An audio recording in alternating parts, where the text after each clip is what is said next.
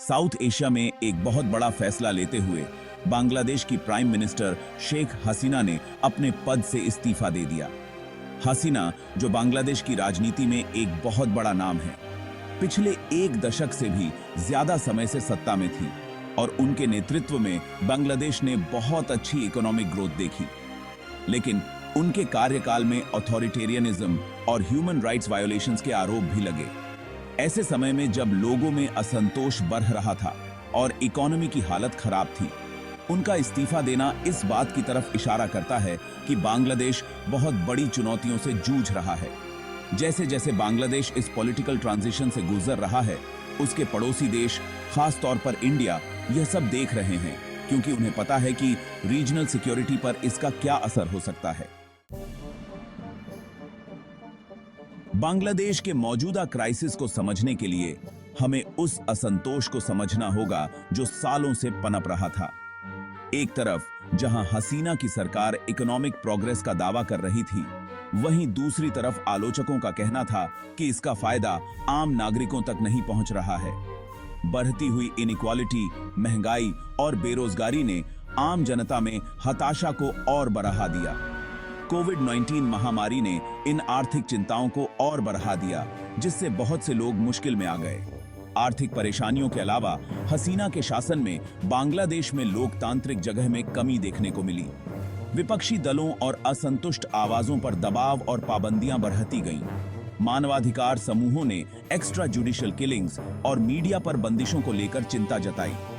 हाल ही में आई आर्थिक मंदी ने व्यापक विरोध प्रदर्शनों और बदलाव की मांगों को हवा दी, जिसका नतीजा हसीना का इस्तीफा रहा। बांग्लादेश का इकोनॉमिक मिरेकल, जो कभी नेशनल प्राइड का सोर्स था, हाल के वर्षों में फीका पड़ गया है। कोविड-19 महामारी ने बांग्लादेश की एक्सपोर्ट ओरिएंटेड इकोनॉमी को बहुत नुकसान पहुंचाया, जिससे ग्लोबल सप्लाई चेन्स बाधित हुए। यूक्रेन में चल रहे युद्ध ने इस स्थिति को और बदतर बना दिया, जिससे ईंधन और दूसरी जरूरी चीजों के दाम बढ़ गए। इन एक्सटर्नल शॉक्स ने बांग्लादेश के इकोनॉमिक मॉडल की कमजोरियों को उजागर कर दिया है, जो लो वेज मैन्युफैक्चरिंग और एक्सपोर्ट्स पर बहुत ज्यादा निर्भर करता है। देश अब बढ़ते व्यापार घाटे, घटते विदेशी मुद्रा भंडार और गिरती मुद्रा से जूझ रहा है। आलोचकों का तर्क है कि सरकार की प्रतिक्रिया नाकाफी रही है, जो पर्याप्त सामाजिक सुरक्षा प्रदान करने या आर्थिक संकट के मूल कारणों को दूर करने में विफल रही है।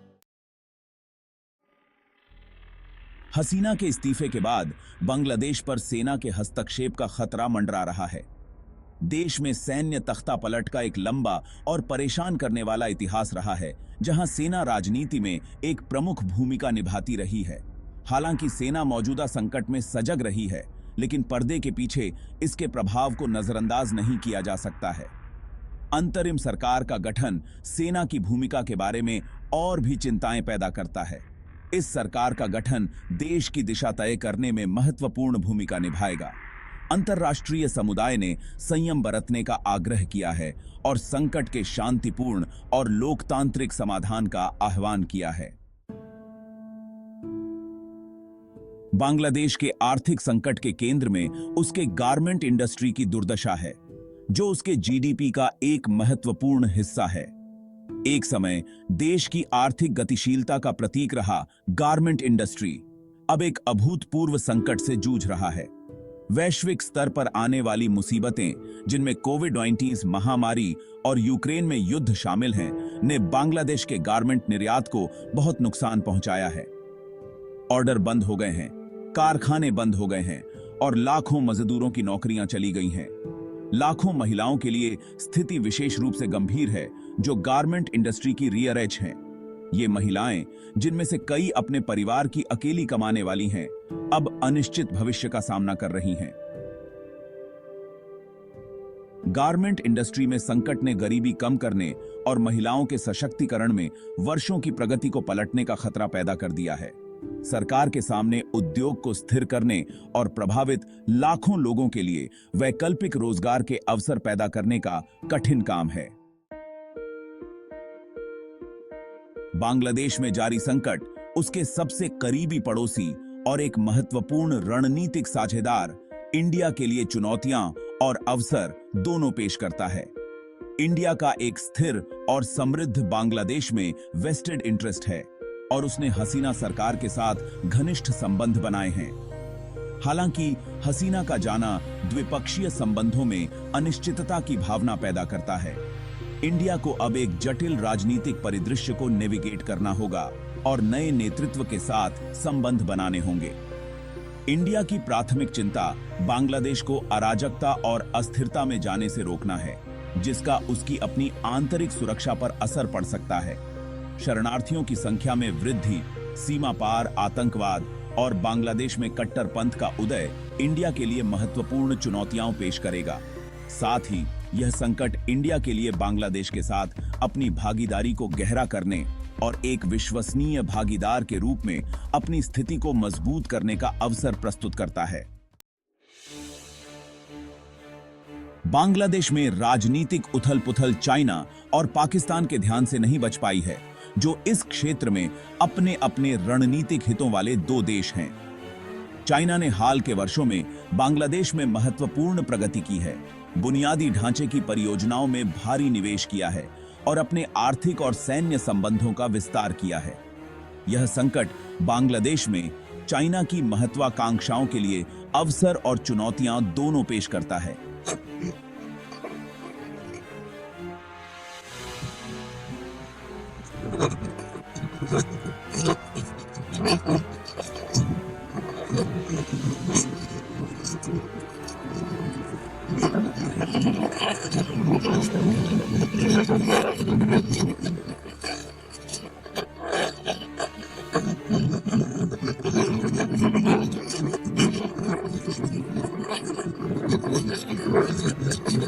होगा। पाकिस्तान की भी बांग्लादेश में संकट के परिणाम में हिस्सेदारी है, जो इस क्षेत्र में इंडिया की बढ़ती उपस्थिति का मुकाबला करने और अपने प्रभाव को बनाए रखने के लिए उत्सुक है।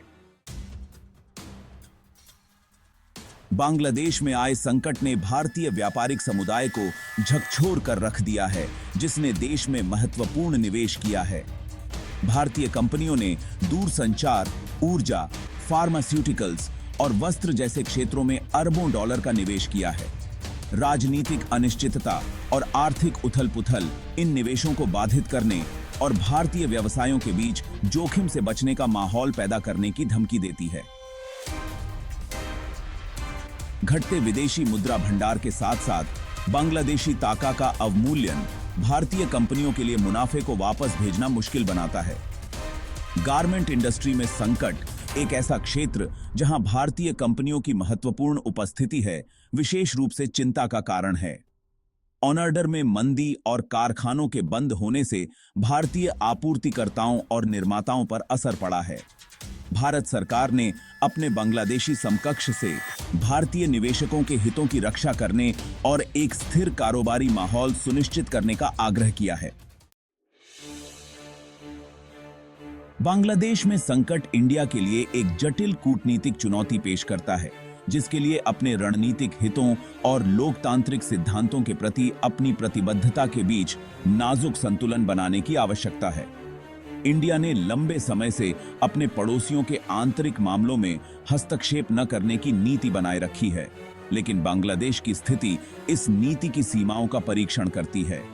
एक ओर इंडिया इस स्थिति में नहीं रह सकता कि उसे बांग्लादेश के आंतरिक मामलों में दखल देने या किसी विशेष राजनीतिक गुट का समर्थन करने के रूप में देखा जाए।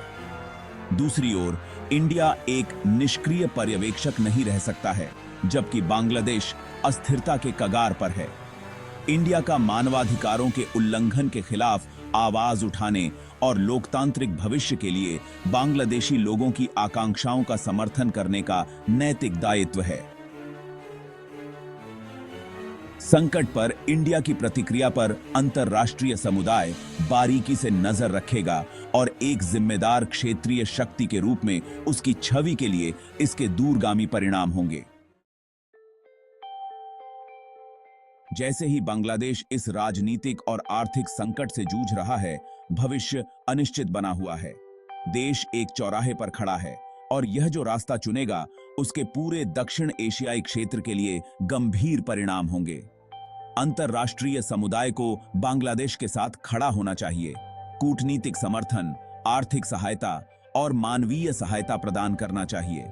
सत्ता के शांतिपूर्ण हस्तांतरण को सुनिश्चित करते हुए लोकतांत्रिक सिद्धांतों, मानवाधिकारों और कानून के शासन को बनाए रखना आवश्यक है।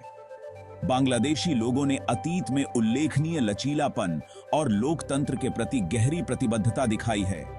दुनिया देख रही है, उम्मीद कर रही है कि बांग्लादेश इस संकट से उबर सकता है और पहले से कहीं अधिक मजबूत और अधिक एकजुट होकर उभर सकता है। अगर आपको यह वीडियो पसंद आया हो तो कृपया लाइक करें, सब्सक्राइब करें, शेयर करें और बेल आइकन दबाएं ताकि आपको हमारे नए वीडियो की जानकारी मिलती रहे।